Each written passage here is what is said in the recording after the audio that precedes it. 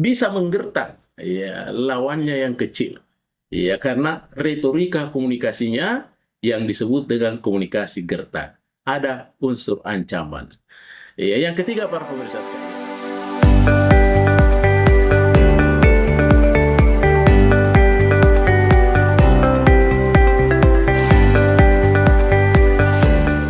Bismillahirrahmanirrahim. Assalamualaikum warahmatullahi wabarakatuh.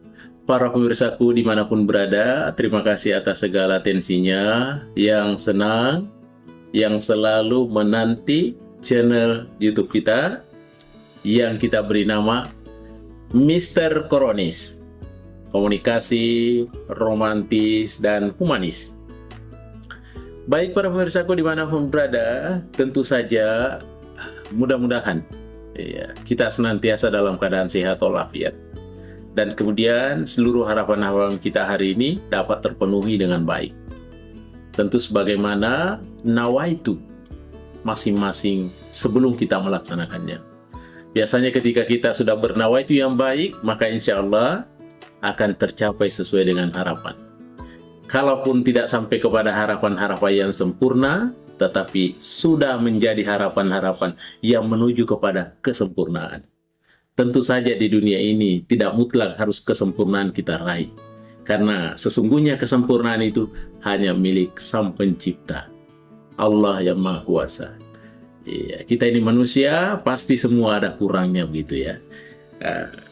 Tapi tentu kita tetap optimis bahwa kalau hari ini belum tercapai apa yang menjadi harapan kita, itu ada menjadi bagian dari ada usaha, ada ikhtiar nanti yang kita perbuat. Sehingga kita menjadi tidak tidur pulas di rumah, tapi ada kiat-kiat yang dilakukan untuk menggapainya. Itulah esensi daripada usaha yang dibarengi dengan sebuah ikhtiar yang baik. Baik para pemirsa sekalian, ya, dalam melakoni kehidupan sehari-hari kita, apapun profesi kita, ya, tentunya kadangkala ada terjadi apa namanya ya, komunikasi bias. Ya, ada terjadi gap. Ya, bagaimana ya istilahnya itu? Ada kadangkala komunikasi-komunikasi yang kita dapati tidak sesuai dengan harapan kita. Ya, sehingga dapat menyakitkan secara psikologi dan kadangkala juga menyakitkan secara fisik. Ya, dan kemudian juga bisa jadi menjadi sebuah beban pemikiran. Makanya para pemirsa sekalian, pada kesempatan ini kita beri satu judul, komunikasi gertak, yang biasa disebut dengan bluffing ya. Para pemirsa sekalian, apa itu komunikasi gertak? Iya, itu saja sehari-hari kita kadang-kala sudah dengar itu. Apa sih itu gertak? Iya, gertak itu artinya sebuah teknik komunikasi yang menggunakan ancaman, klaim kekuatan, atau pernyataan percaya diri yang berlebihan untuk mempengaruhi perilaku orang lain. Meskipun komunikator sebenarnya tidak memiliki niat atau kemampuan untuk mewujudkan apa yang dikatakannya. Karena dia tidak mampu mengatakannya, dia ragu-ragu untuk mencapai hal itu, maka dia lahirlah gertak. Komunikasi gertak. Iya. Bagaimana itu psikologi komunikasi yang terkait dengan gertak ya, negosiasi ya. Kira-kira kita bisa melihat unsur-unsurnya. Yang pertama ya tentunya ya, ada proyeksi kekuatan semu. Apa itu proyeksi kekuatan semu? Adalah unsur yang paling krusial. Komunikator menyampaikan citra bahwa mereka memiliki posisi tawar yang sangat kuat, sumber daya yang melimpah ya, atau otoritas yang tak tergoyahkan. Padahal kenyataannya tidak demikian. Yang penting gertak dulu. Itu yang disebut dengan proyeksi kekuatan semu. Itu yang pertama.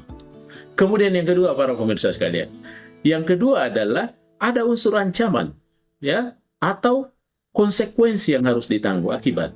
Ya. Gertakan selalu mengandung pesan tentang apa yang akan terjadi jika tuntutan tidak dipenuhi. Ya, tentu ancaman ini harus cukup besar untuk menimbulkan rasa takut atau keraguan pada lawan bicara.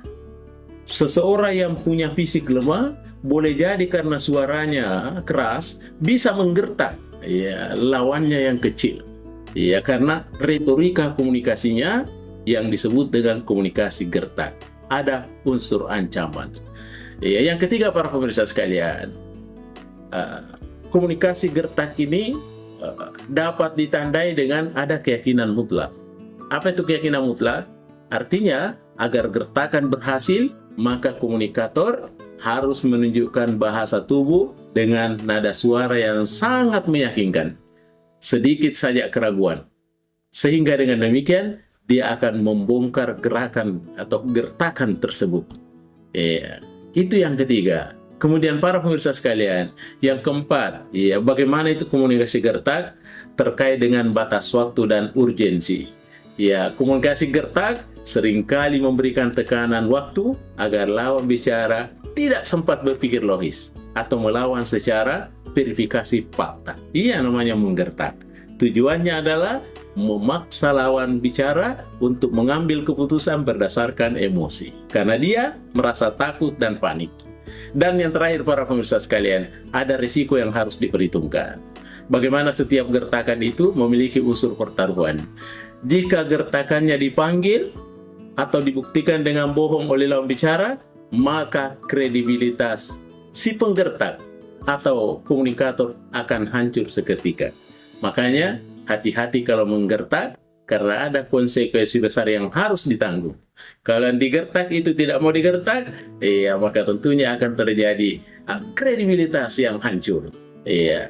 Saya kira demikian para pemirsa sekalian. Inilah terkait dengan komunikasi gertak ya. Kita coba desain menjadi satu bahan kajian kita hari ini terkait dengan komunikasi gertak. Baik para pemirsaku, demikian saya sampaikan. Terima kasih atas segala perhatiannya.